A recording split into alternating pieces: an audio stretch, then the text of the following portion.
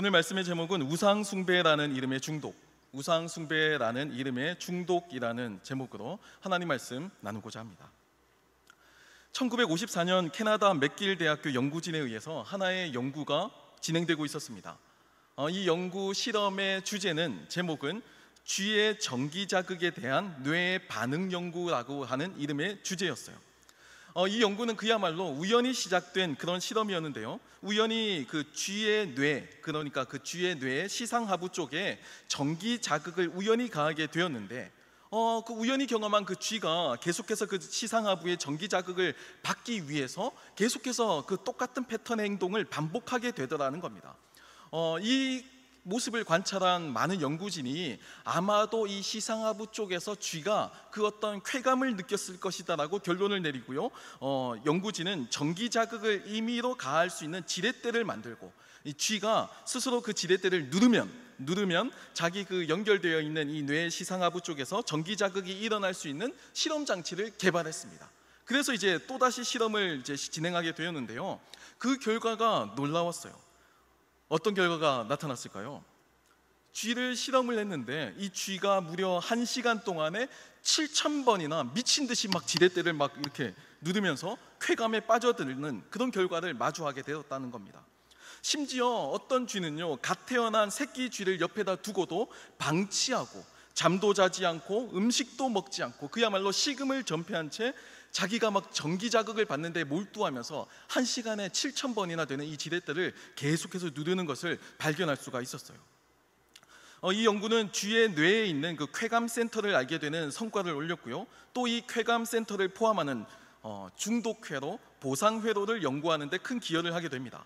그리고 이 중독회로, 이 보상회로는요, 쥐뿐만이 아니고 인간의 뇌에도 동일하게 있습니다. 그러니까 이 실험은요, 뇌를 가진 존재는 얼마든지 중독이 될 수가 있고, 특히나 인간이 얼마나 이 중독이라는 사건에 취약한가를 보여주는 한 예라고 할 수 있습니다. 뇌가 직접적으로 그 중독에 반응하게 된다는 거예요. 오늘 우리가 읽은 본문 말씀인 로마서는요, 하나님의 복음을 인간의 성향과 비교하면서 섬세하게 전개한, 저는 그렇게 표현하고 싶습니다. 바울만의 조직신학이다. 바울이 하나님에 대한 그 복음의 내용을 자신의 구약의 율법적 전통을 재해석해서 이제 다시금 설명하는 그런 형태의 세상을 향한 변증서다라고 저는 표현하고 싶습니다. 기독교 안에 다루는 기독교적 언어를 가지고 막 복음을 소개하는 것이 아니고요, 바울 서신을 보면요, 헬라적 세계관, 그러니까 그 당시에는 그게 고대 서양 사회의 문명의 토대였잖아요. 그 문명의 토대의 가치가 되는 지식들을 기반으로 해서 하나님의 말씀, 이 복음의 내용을 설명해내고 있는 거예요. 굉장히 세련되고 굉장히 시대를 앞서가는 그런 형태의 복음을 전하고 있습니다. 그러니까 여러분 나중에 보시면 예루살렘 교회와 이 바울이 전했던 이 헬레니즘 교회가 이 서로 간에 약간 갈등을 일으키는 장면도 조금씩 발견할 수가 있어요. 뭐 율법의 적용의 문제라든지 여러 가지 부분을 발견할 수가 있죠. 궁금하시면 양육 신청하시면 됩니다. 그 가운데 오늘 우리가 읽은 본문 말씀은 인간의 죄악된 본성을 이 하나님의 관계성 안에서 읽어내는 바울만의 인간에 대한 깊은 통찰이 담겨져 있습니다. 그리고 이 바울의 인간에 대한 통찰의 그 끝은 우상 숭배를 향해 초점이 맞추어져 있어요. 인간의 본성이 우상 숭배와 긴밀하게 관계하고 있다. 이게 사도 바울이 내린 인간에 대한 결론입니다. 바울에 따르면 상식적인 인간은요, 뭐 신앙이 있든지 없든지, 뭐 내가 모태 신앙이든지 기독교적 세상에서 태어났든지 아니든지 간에 상관없이 누구나 이 세상에서 하나님의 존재를 발견할 수 있고, 적어도 분명하게 인식할 수는 없어도 나름대로의 그 하나님의 흔적을 발견할 수 있다라고 보았습니다. 그게 바울이 바라본 인간이었어요. 너무나 분명해서 핑계할 수조차 없습니다. 오늘 본문 20절 말씀을 보면 사도 바울이 이렇게 전하고 있죠. 창세로부터 그의 보이지 아니하는 것들, 곧 그의 영원하신 능력과 신성이 그가 만드신 만물에 분명히 보여 알려졌나니 그러므로 그들이 핑계하지 못할지니라 라고 증거하고 있습니다.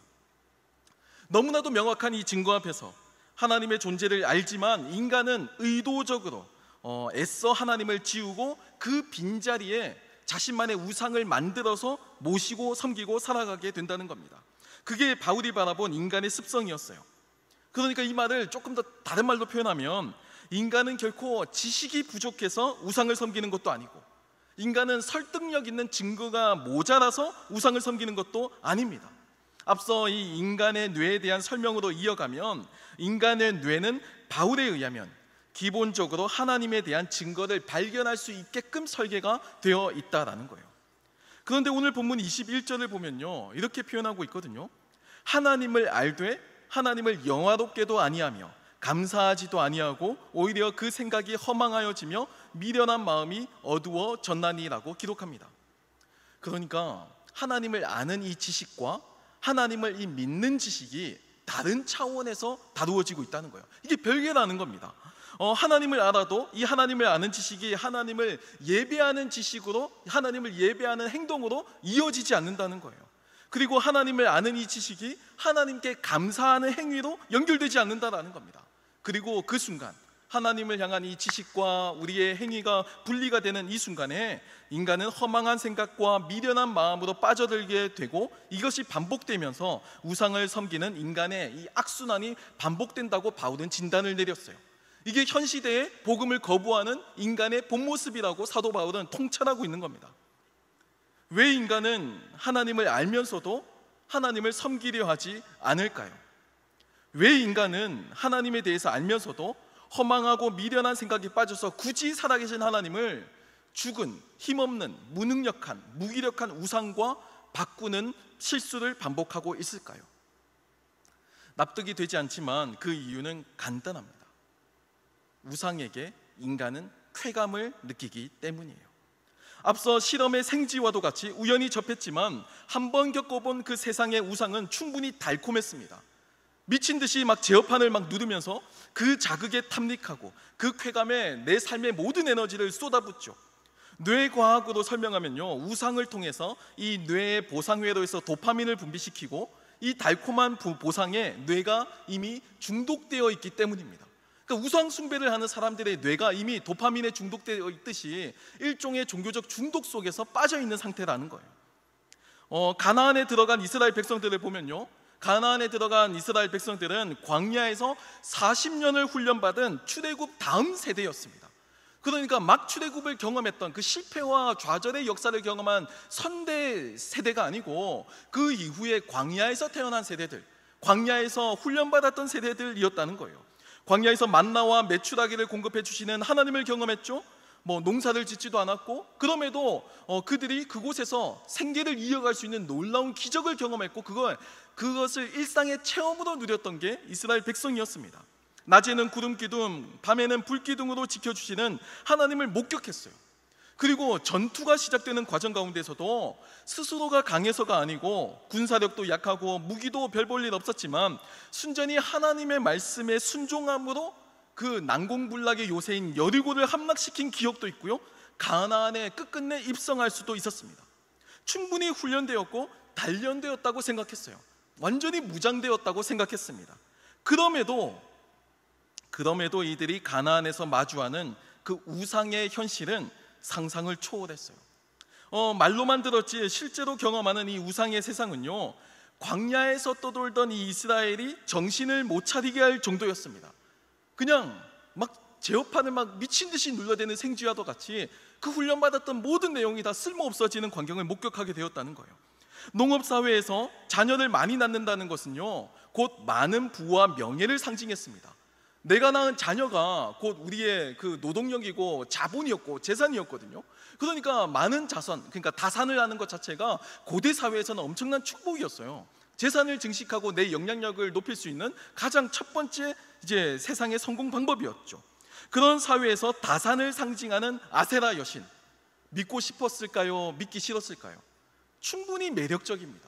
이 아세라 여신은 오늘날로 치면 로또, 청약, 학벌 이런 것으로 대체될 수 있을 거예요. 얼마나 매력적인지 모릅니다. 이 길을 따라가면 성공이 보장되어 있는, 성공의 길이 약속되어 있는 것 같죠. 그러니까 이스라엘 사람들이 그 아세라 여신에 중독되기 시작하는 거예요.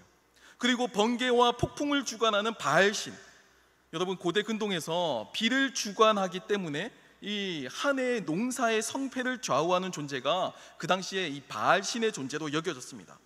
물론 지금은요, 오늘날 저와 여러분은 이 바알이나 아세라가 우상이다, 뭐 이런 거 알죠. 그냥 하나의 종교일 뿐이다 이렇게 생각할 수 있겠죠.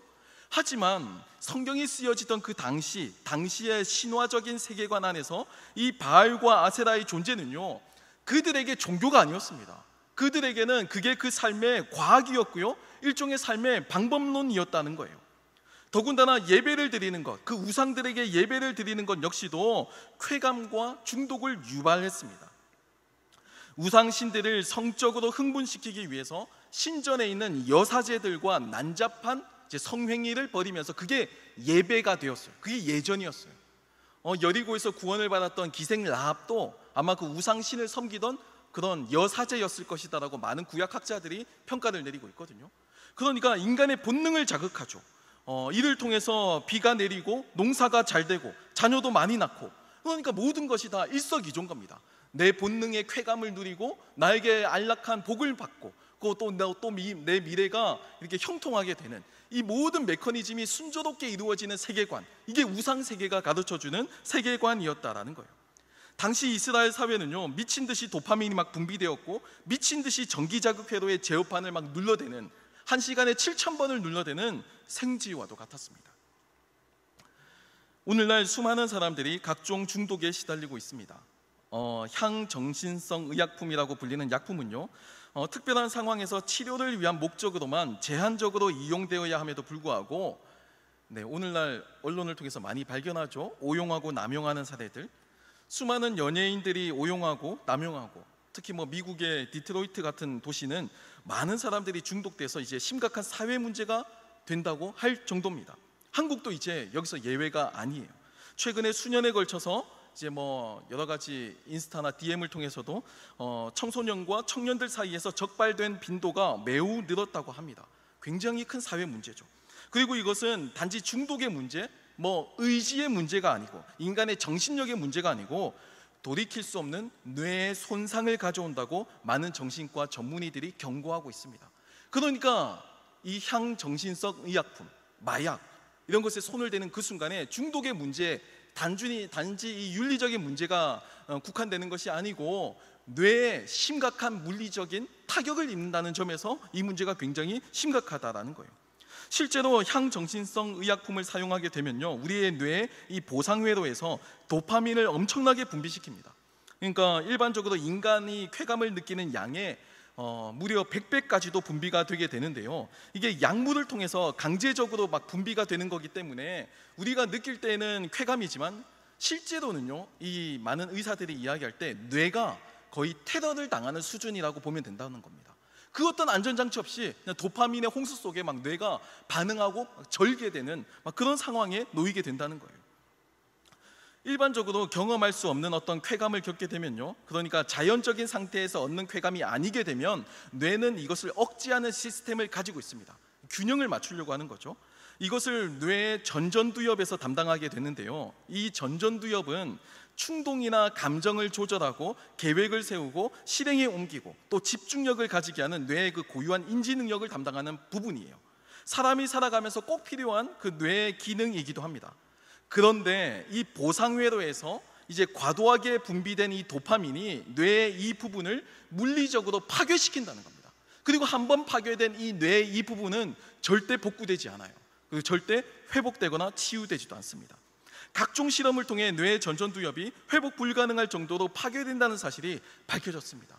수많은 이제 중독자들이 이런 뇌에 많은 타격을 입은 채 이제 삶을 살아가게 돼야 되는 거예요. 중독에서 벗어났다고 할지라도요. 중독은 그 특성상 인간의 우상 숭배와 닮아 있습니다. 앞서 실험을 보면 중독은 쾌감을 주는 전기 자극을 쫓아서 살아가는 쥐와 같이 식음을 전폐하고 그저 나에게 그 쾌감을 주는 그 도파민에 취해서 살아가는 것을 말합니다. 현실이 망가지죠. 자신의 뇌도 망가집니다.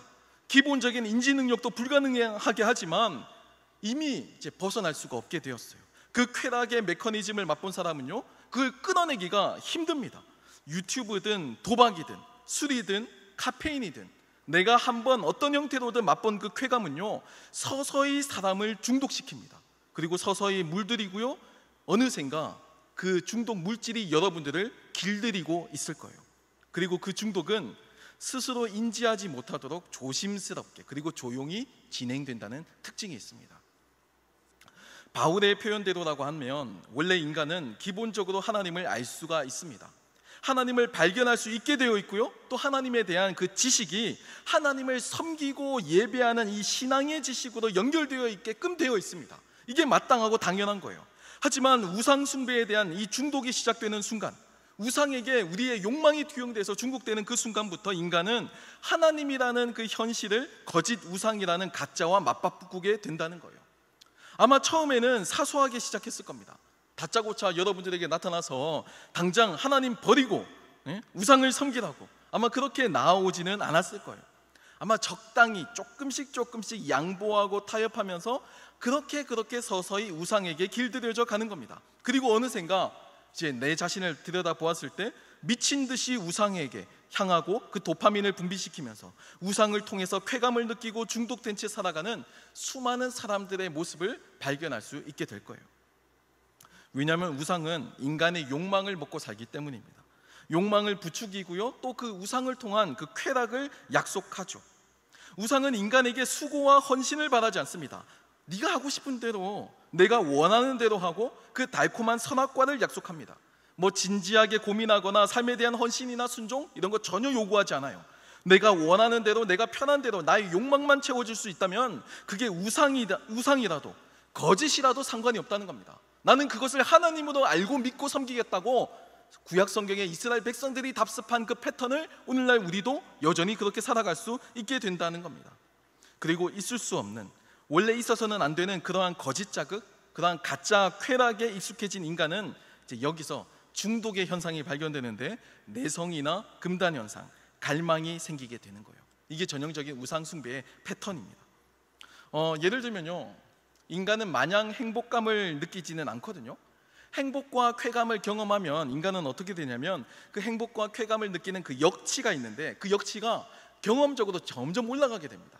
초반에는 뭐 100원으로도 만족했는데요, 이제 이게 100원 가지고 안 되는 거예요. 200원이 있어야 되고 그 다음엔 300원이 있어야 되는 거예요. 이게 중독의 첫 번째 내성이 올라가는 겁니다. 과거에 돈이 없다가 돈이 생기면요, 행복감과 쾌감을 느끼지만 과연 인간이 이것으로 만족할까요? 무한정이지 않습니다. 내성이 생기죠. 만족하지 못하고 더 많은 돈에 욕심을 내고요, 또 더 많은 권력과 더 높은 명예에 눈을 돌리게 됩니다. 그리고 나서 이제 끝끝내 인간이 경험하는 그 현실, 이제 일종의 현타죠. 채워도 채워지지 않는 그 공허함을 경험하게 되는 거예요. 돈이 많은 사람은 행복을 느끼는 그 역치가 뭐 객관적으로 이렇게 이야기할 수는 없겠지만 보통 사람들보다 높이 올라가 있는 건 사실인 것 같아요. 뭐 저에게 행복을 느끼는 그 역치, 그 수준은 아마 훈인의 정식이나 뭐 수다상 요 정도 가면 저는 도파민이 막 분비되면서 만족하고 행복하겠지만 만수르가 한국에 왔어요. 제가 훈인에 데려갔어요. 어떻게 됐을까요? 만족하고 막 도파민이 막 분비될까요? 막 수다상 보고 원더풀 막 이렇게 할까요? 만족하지 못할 겁니다. 아마 엠블던을 전세 내고 먹어도 워커힐 생각나서 불행할 거예요. 이게 인간이라는 모습입니다. 늘 비교하고 늘 채워지지 않은 그 구멍을 가지고 살아가는 존재. 그래서 어지간한 자극에 감흥이 없어지고 더 큰 자극을 추구하게 되는데 그게 내성이죠. 그렇다고 이 문제를 알고 끊어내려고 해도요, 이게 쉽지가 않아요. 고통스럽습니다. 우울하고 무기력해지기도 해요. 금단 현상이 생기는 겁니다. 그래서 이전에 대한 갈망으로 더 고통스러워하죠. 내가 이미 중독되었기 때문에 그 중독의 굴레 속에, 그 중독의 덫에 내가 이미 걸린 겁니다. 중독에서 벗어나지 못하죠.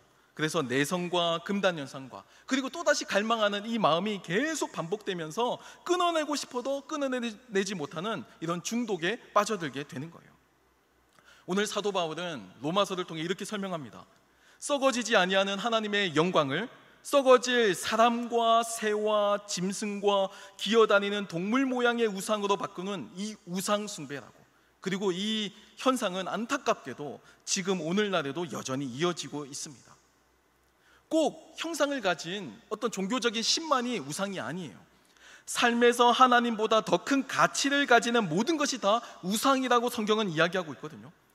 우상은요, 달콤한 미래를 약속합니다. 즉각적인 경험에 만족을 요청합니다. 하지만 현실은요, 엄청난 역치를 가져오고요, 내성과 금단 현상을 통해 중독을 일으키게 됩니다. 여러분, 도박에 한번 빠진 사람이 훌훌 털고 벗어날 수 있습니까? 불가능합니다. 중독이 되었다는 거예요. 이미 내가 많은 것을 벌었어도 더 많은 돈 때문에 식음을 전폐하고 미친 듯이 이 제어판을 눌러대는 인간처럼, 생쥐처럼 그렇게 살아가게 된다는 겁니다. 부동산, 학벌, 여러 성공의 신화들에 대한 이야기, 이게 오늘날 우리 시대에 중독으로서 계속 제시되고 있다라는 거예요.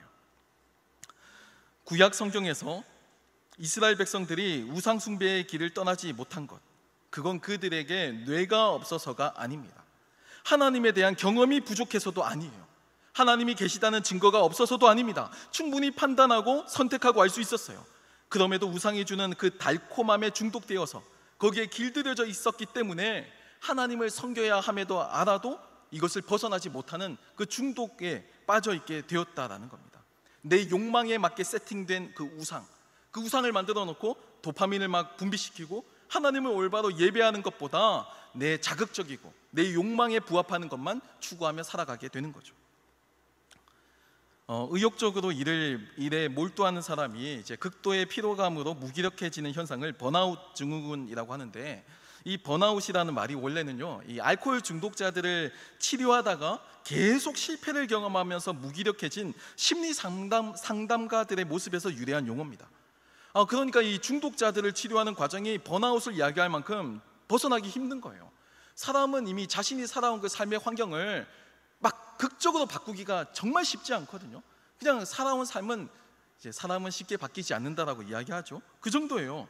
많은 의사들이 이야기하기를 이 중독은요, 의지가 있다고 해서 극복할 수 있는 게 아니고 정신력이 강하다고 해서 이기고 극복할 수 있는 게 아니라고 합니다. 중독은 뇌에서 일어나는 현상이기 때문에 정신력이 아무리 강해도 무조건 영향을 받아요.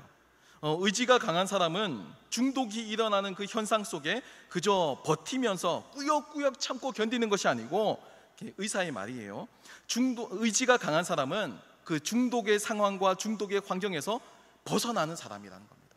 그게 의지가 강한 사람이라는 거예요. 우상 숭배의 중독은 굉장히 강력합니다. 특히나 겉으로는 하나님을 섬기면서 속으로는 우상 숭배하는 그 유혹, 그리고 적당히 하라는 유혹으로 우리를 이끌죠. 주일에 교회 가면 되지, 하나님의 말씀 공부하고 그 말씀대로 살고자 하는 그 정도 열정 너무 과하다, 굳이 그렇게까지 할 필요 없다, 이렇게 생각하기도 해요. 적당히 교회 다니면서 적당히 세상과 머리 굴리면서 살아야 지혜로운 거라고 포장하기도 합니다. 하나님의 말씀보다 세상의 처세술을 더 좋고 현실적이라고 이야기하기도 해요. 순진하게 교회만 다니지 말고 그 시간에 공부하고 아르바이트하고 자기개발하고 해야지, 누가 그렇게 복음, 예수 그렇게 믿고 사냐고 그렇게 세상이 유혹한다라는 겁니다. 그런 사람들에게 오늘 바울은요, 단호하게 이렇게 진단합니다. 그 진단이 조금 너무나도 사실적인데요, 스스로 지혜 있다 하나 어리석게 되었다. 이게 바울이 바라본 그들의 평가예요. 적당히 신앙생활하면서 세상도 때로는 부정의한 게 현실이라고, 때로는 아니지만 그래도 현실적인 거라고, 그게 지혜라고 이야기하지만 우리는 두 마리 토끼 다 잡았다고 생각하지만 바울이 볼 때는요, 그 모습은 두 마리 토끼 다 잃은 겁니다.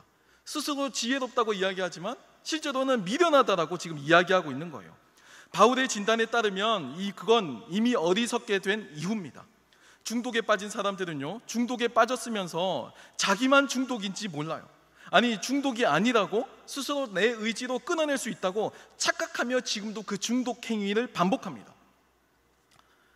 지금 바빠서 교회에 나가서 예배드리지 않지만, 지금 말씀 보고 기도하지 않지만 내가 언제든지 내 안에 신앙이 있기 때문에 다시금 나와서 하나님께 기도하고 예배할 수 있다고 착각하죠. 그런 일 절대 생기지 않습니다. 지금 하지 않으면.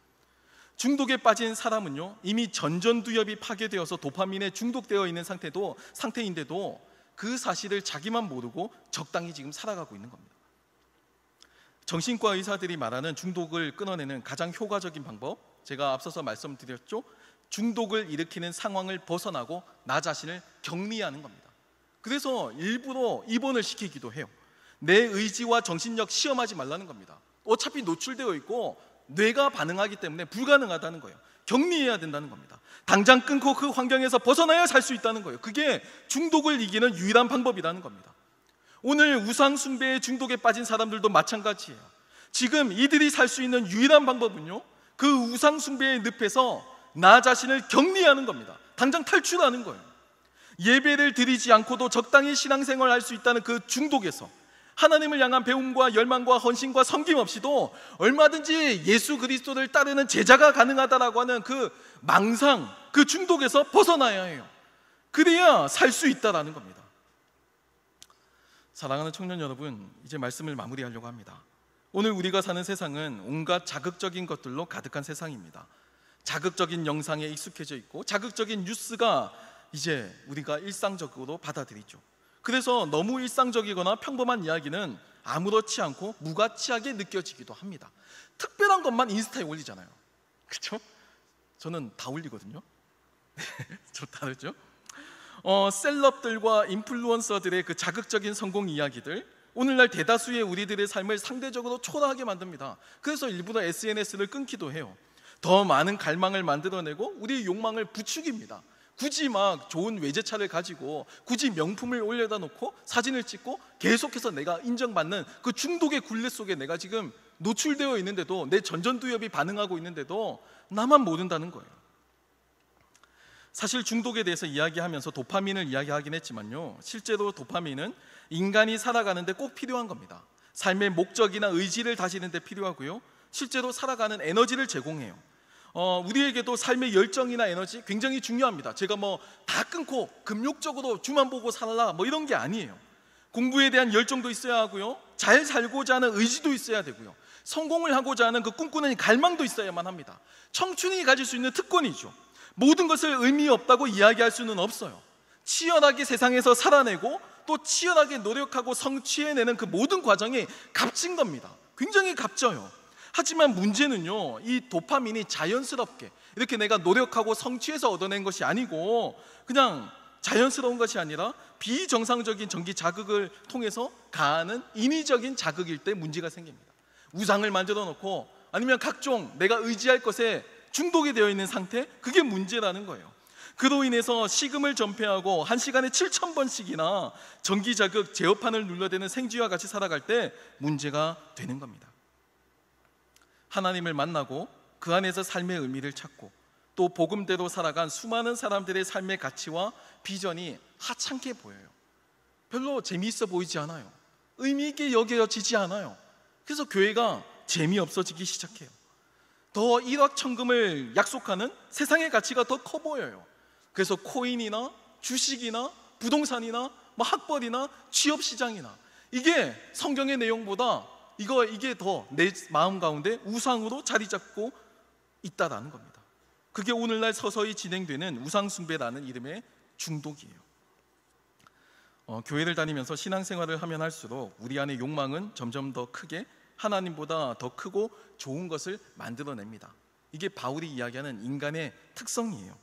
세상에서의 성공 신화를 동경하고 한쪽 발은 그래도 교회를 벗어날 수 없으니까 등록해놓고 교적 교인이고 교회를 걸치면서도 여전히 다른 한쪽은 세상에 온갖 정신이 다 팔려있는 채 예배를 드리면서도 우리의 길은 코인과 주식과 오늘 취업시장과 여기에 막 이렇게 커져 있는 상태로 살아가는 불균형적인 삶을 살고 있다는 거예요. 여러분, 믿음의 선조들이 살았던 그 믿음의 길, 그 복음의 길을 살아내는 저와 여러분이 되길 기도합니다. 우상숭배라고 하는 이름의 그 중독에서 벗어나서 하나님만을 올곧게 섬기기로 다짐하는 저와 여러분의 삶이 되길 축복합니다. 우리 이 시간 함께 찬양하고 또 기도하는 시간을 가지겠습니다.